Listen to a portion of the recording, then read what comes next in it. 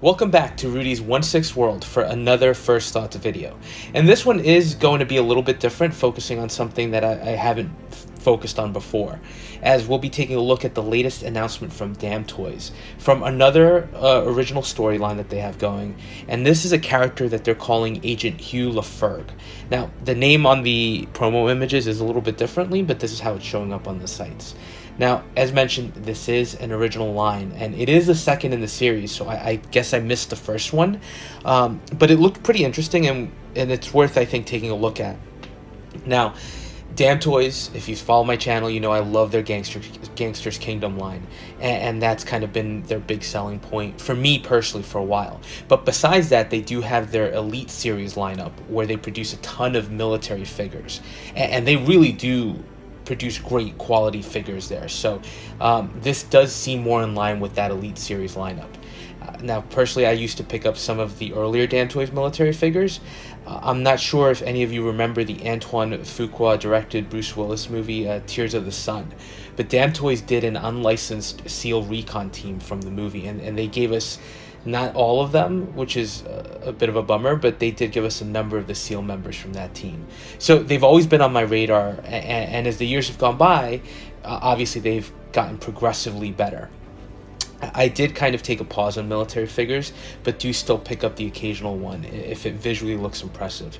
On top of that, I do have to say, cost-wise, Damtoys has gotten more and more expensive, so I just have to be mindful of that. But you do get a lot for your money here. Now, this figure is particularly appealing because it gives you all the great detail work and accessories you get with the standard Damtoys military releases, but it's got a bit of a futuristic slant to it, almost like a post-apocalyptic story. So there are a ton of accessories here, and if you have ever purchased a military figure, unlike Hot Toys or some of these third-party companies making figures for movies, these do take some time to put together, and more often than not, they don't come with instructions, so you have to be a little creative. And you can kit them up however you want, but you usually have to go off the pictures as you're equipping the figure. This is probably going to be no different, and while it looks amazing at the end, the one warning I would give you is you will get frustrated. To get what you're seeing in the pictures is going to take time and effort, but I do find that it's worth it because the final products tend to be some of the most impressive figures you'll have in your collection. Case in point, I just picked up a figure from Easy and Simple, and it's going to look great, but it's been slow going getting him fully assembled.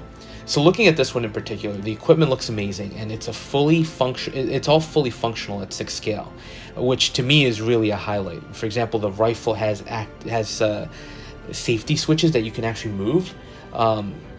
Probably a working action, so it's again pretty impressive. But to me, the highlight of this figure is the helmet and mask kit.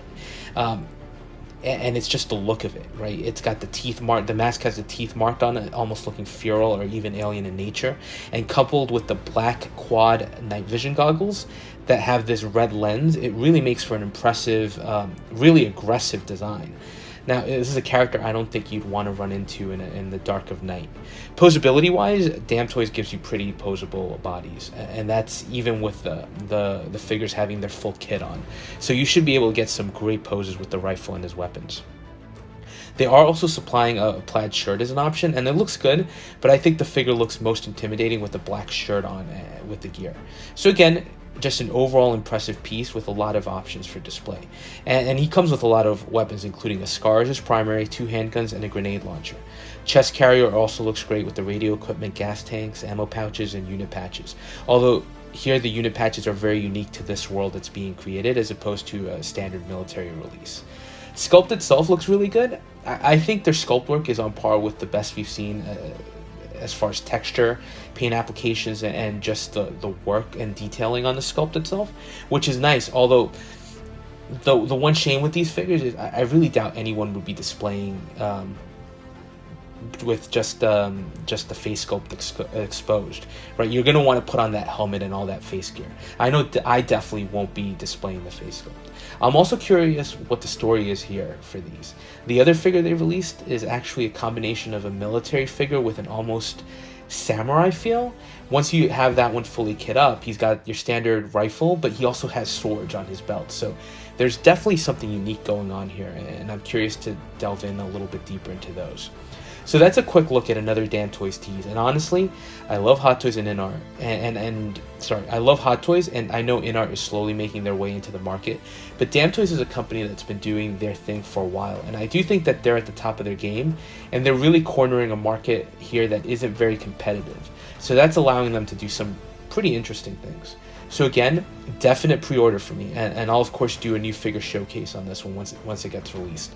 I won't be doing these first thoughts, like breaking news videos on all of their military figures, but I will keep an eye on this line and anything they produce from it. And look, I love Marvel. I'm a huge MCU fan and a superhero figure fan overall in general, right? But even I get bored of just focusing on those figures for a little bit. So like this, I do like these figures that are a little bit unique, and they definitely appeal to me.